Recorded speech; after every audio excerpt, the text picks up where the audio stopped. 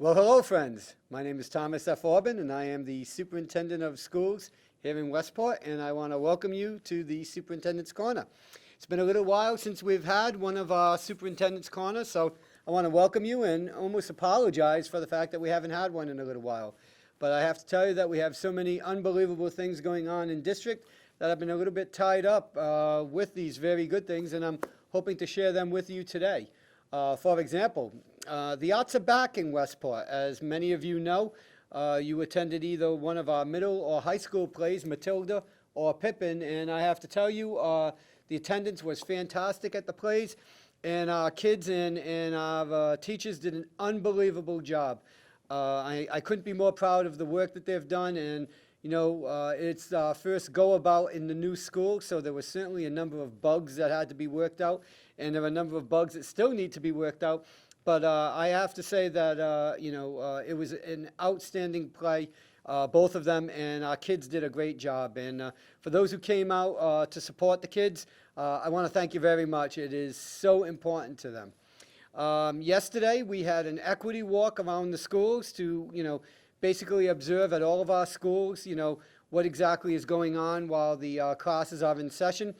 You would be extremely glad to know that our teachers are really exceptional, and their use of technology and their interchange with the students is really noteworthy. And I am pleased as punch to let you know that if you are sending your children to the Westport Community Schools, I think you can feel confident that they are getting an incredible amount of attention and they're getting a high-quality education. Additionally, we had a fundraiser about a month ago, our casino night, raised a good deal of money for our parent group. I also want to thank the Westport Education Foundation for sponsoring a number of initiatives here at the school. In a community where money is always an issue, I cannot express my gratitude enough to these organizations like the WEF and the parents groups and the boosters groups that have come together to try and make sure that our students get the high quality education and enrichment that they're entitled to and deserve, and I want to make sure as the superintendent that they are in fact getting that. Additionally, we are continuing with our Start 'em Young program for our students in grades 1 through 4. Hats off again to Mr. Mike Fernandez, who is running a whole series of different events this season for the Spring 1 season. The enrichment activities include sports, but they also include a partnership with the GAM Theater. So the arts are playing a critical role.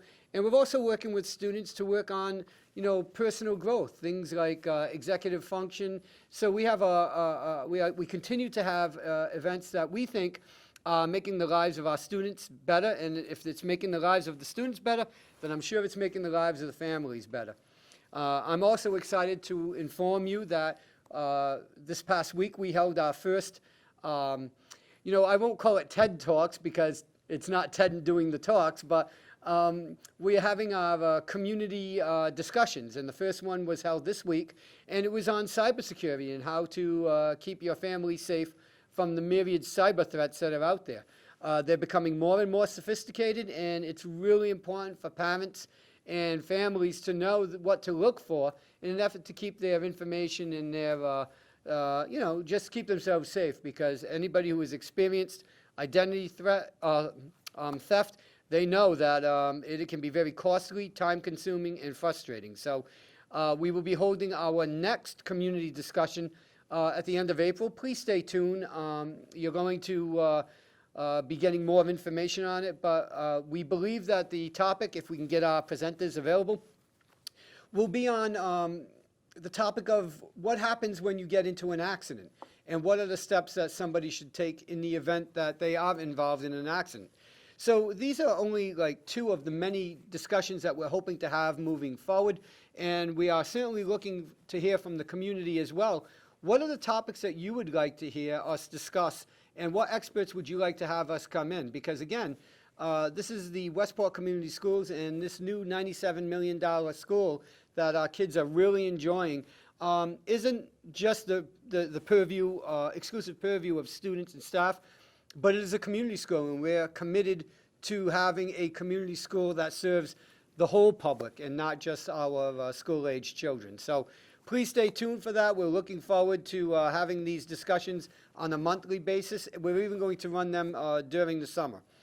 As a segue to us being a community school, I want to thank the many, many individuals who have contacted me in regards to the usage of our tennis courts and our walking track. As many of you know out there, the new school was built with an indoor walking track, which is just above our gymnasium. It's an absolutely beautiful walking track, and we also have the Snyder tennis courts, which have just opened up for our sports programs. As many of you know, tennis is a spring sport, so you're going to see some of our kids out there after school, either practicing or actually, participating in games.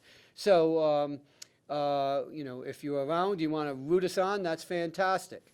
But I've been getting a lot of inquiries as to when are the tennis courts going to be available to the public, and when is the walking track going to be available to the public.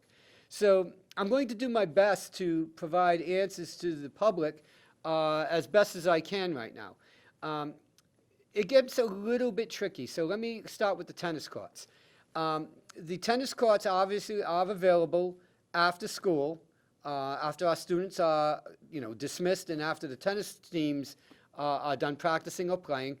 A safe time for anybody to come and play on the courts would be, sometime after 6:30. And there are lights there. However, we're trying to establish what time the lights should go on and should go off, and what is the mechanism by which that takes place. So we're working on that right now. There have been some inquiries as to why people can't use the courts during the school day if they're not being used by the students or the staff. Well, this is a much deeper problem that requires a much deeper look into solving this issue.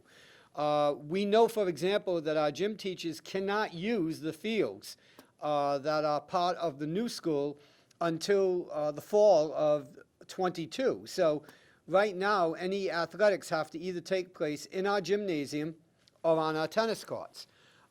This is problematic because if the public is using the courts, then the teachers would be required to actually go to the members of the public who are using the courts and actually basically ask them to please leave. That is a rather untenable situation to put our teaching staff in and our students in, and I certainly would not put them in that position. Additionally, as many of you know, the school has an Alice protocol, which involves, making sure that our students are safe, and any type of procedures in place in the event that a bad guy or bad girl comes into the schools. Well, the tennis courts obviously are an extension of the school, except that it's outside. So you can imagine that this is an even more significantly challenging area to try and maintain control over. So, I am working with our local politicians. I'm working with our local departments, and I wish I could have come up with a quicker answer for you, but this is a very complex situation. But we do have an understanding that we have an obligation as best as we can to provide the community the opportunity to use these courts, and we're committed to working with the community to do that. I just need the community to understand that it is not good practice in terms of the safety and security of our schools to just allow strangers to come on and have our staff have to deal with that. So what I'm asking people generally is to be patient with me. We are coming up with a protocol to use, and as soon as we get that out there, we will get that out to the public, because again, we know that the public is anxious to use these courts, and we are anxious for them to use it as well. It's just going to take a little bit of time. Walking track is a similarly difficult challenge that we're facing in that, obviously during the school day, we can't have any members of the public walking above the students who are participating in gym. Basically, I think people sometimes don't understand the degrees to which schools take actions in order to keep our students and staff safe. For example, anybody who is working in the school right now and finishing up the final construction, any individual who works in this school has to have both a quality check and a fingerprint to make sure their background is secure and make sure that they're not a threat to our students who are there at this time. Nonetheless, we are still looking at the possibility of trying to find a way to have the walking track available after school gets out and practices are done. As you can imagine, we have softball, baseball, tennis, and in days of inclement weather, they're going to be going indoors and using the gymnasium. As a result of that, we're obviously going to not allow the public during that time to come in and mix with the students. With that being said, once school gets out, we need to come up with a mechanism by which we have supervision for people who are on the walking track. If something should happen to somebody on the walking track and there was no supervision, that could be problematic. So we're trying to figure out, one, how we can fund supervision of the walking track and establish hours so that our public can use these facilities. So again, I'm asking for your patience at this time. I know many of you have contacted legislative delegation, you've contacted our school committee, and it's not that we're not trying to take action. We are working, but this is a problem that has multiple issues that need to be resolved in order for people to come and safely use our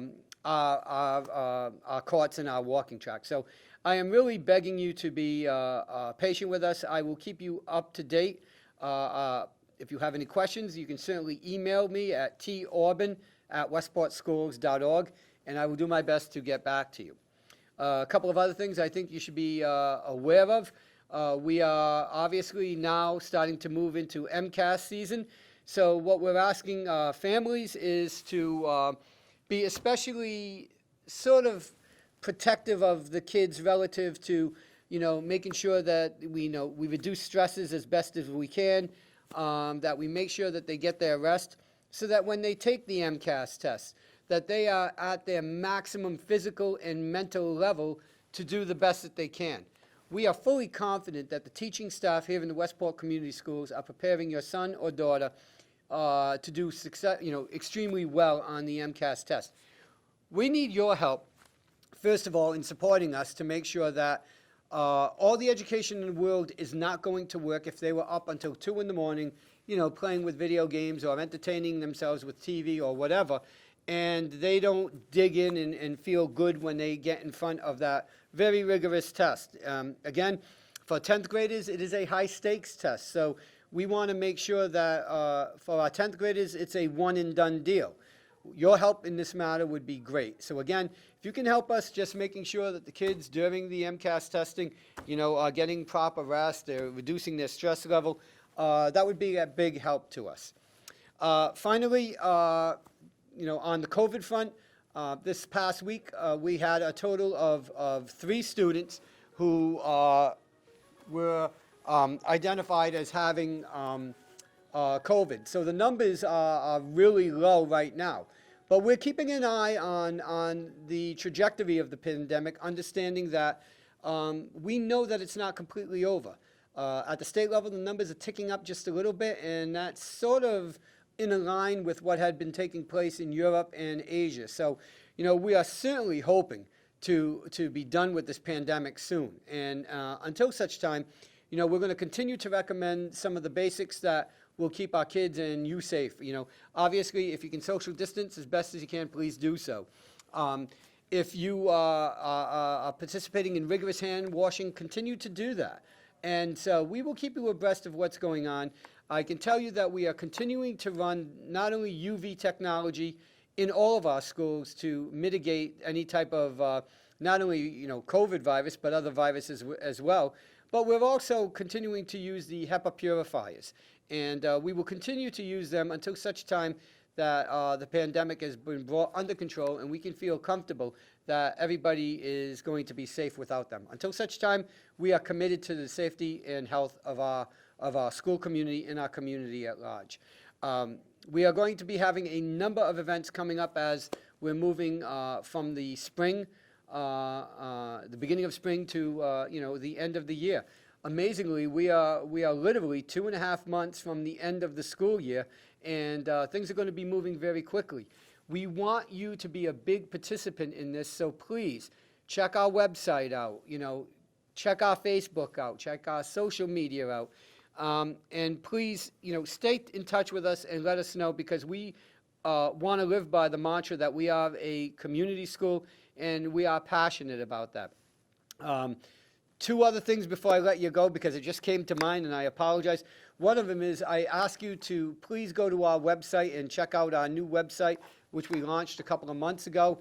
We continue to make improvements on the website, and I have to tell you, the work that is being done by a number of people in an effort to provide the highest quality video is really coming to fruition and paying huge dividends. So please go to our website, www.westportschools.org.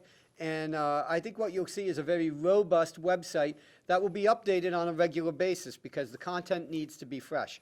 You'll also find that our website is incredibly user-friendly and is really a great resource to find out what is going on at the schools and at the district level as well. Also, we are looking towards the summer, believe it or not, and we are really focusing on boning up our enrichment activities.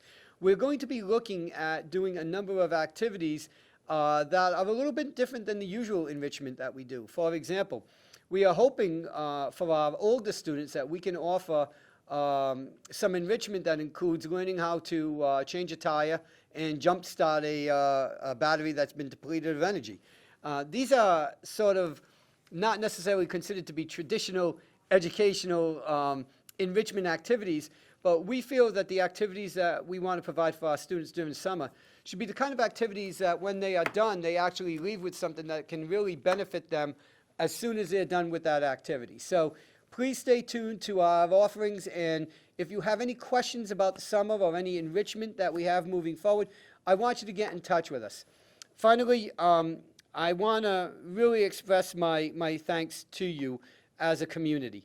There are a number of initiatives and other things that we want to provide to our students to really provide them with the type of education that would make you proud. And so, we are looking at trying to expand our technical offerings to students. As many of you know, a very small number of students are able to participate either in technical or other types of training education because of quotas and limits that take place relative to the schools that are servicing us. With that said, with the number of students who are denied access to that education, we have a moral obligation to provide that to our students. And so we are looking at doing a number of different things. We have invited a company to come in and give us a quote on some technical training apparatus that would be very rigorous, but at the same time would allow our students to be able to access the type of education that unfortunately they currently cannot access right now. So I need to be able to access that for our kids, and I'm going to need your support in the community, because I can assure you that in terms of where we're going in the 21st century, both educationally and in terms of career, experiential learning is the direction that most operations that want to be successful are going in. We are, in fact, extremely proud to announce that on April the 28th, we will be conducting a career fair here at the new school. It will be open to our junior and senior class, and we are expected to have a minimum of 30 companies who are going to be available to, provide information to our students in the event that they're not sure what pathway they want to go at this point. This is a great time in their career to meet with these companies and have an opportunity to get hired, not just in a job, but in a career. So we feel it's really important, and we're going to continue to do that. Finally, we are looking at trying to revolutionize education and what we do. So we're going to be instituting some some real changes I think that the community is going to like. With that in mind, it is going to require a great deal of support, both communal and financial from the community. And, we are painfully aware that this is a time where, between inflation and supply chain issues, that money is extremely tight. And, as a school district, we get it. I am a citizen of Westport. So I do understand the restraints that people have in their budget.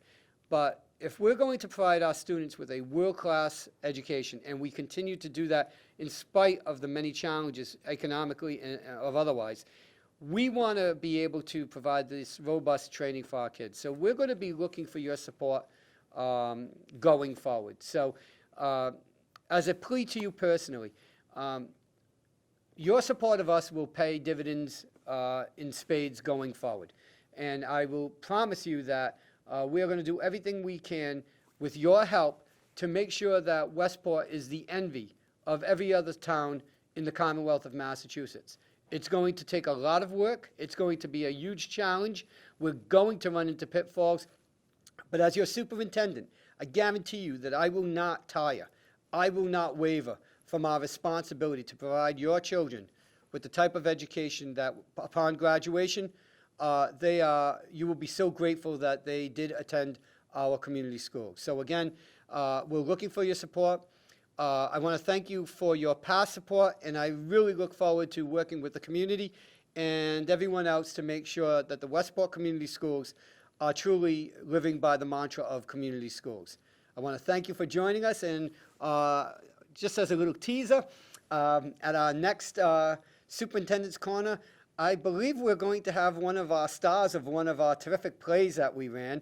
So please tune in next time. It'll be a lot more interesting than just listening to me speak. So I want to thank you for joining us, and have yourself a great day.